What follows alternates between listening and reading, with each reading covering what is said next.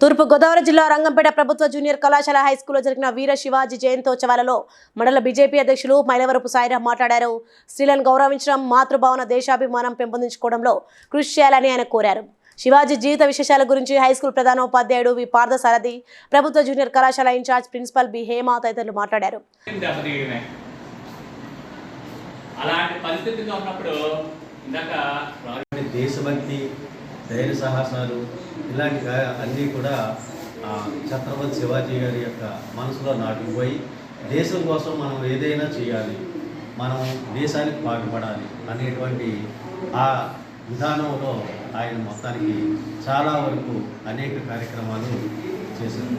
అలాగే మొఘల్ సామ్రాజ్యాన్ని పతనం చేయడంలో కానీ, వాళ్ళందరినీ ఎదుర్కోవడంలో కానీ, అలాగే ఇతర రాజుల పట్ల మన హిందూ సంస్కృతిని సాంప్రదాయాల్ని తెలియజేసేటువంటి విధంగా కూడా ఆయన చాలా చక్కగా కూడా ఇవన్నీ చూపించారు మనకి ప్రజలు.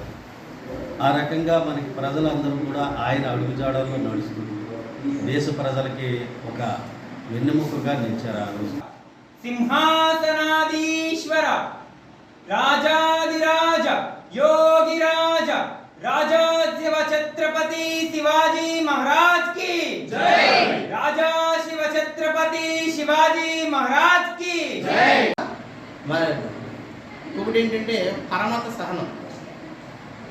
పరాయి మతానికి చెందిన ఒక స్త్రీని బంధించి తీసుకొచ్చి వీళ్ళ సైనికులు, శివాజీ సైనికులు తీసుకొచ్చి మనల్ని వాళ్ళు ఎటువంటి హింసలు చేస్తున్నారో మేము వాళ్ళ స్త్రీలని చెరపట్టి తీసుకొచ్చాం అని చెప్తే శివాజీ అది మంచి పద్ధతి కాదు, స్త్రీలను గౌరవించడం మన హిందూ సాంప్రదాయం కాబట్టి స్త్రీలను ఏమీ చేయకూడదు. Please like and share, subscribe to BCN Telugu News.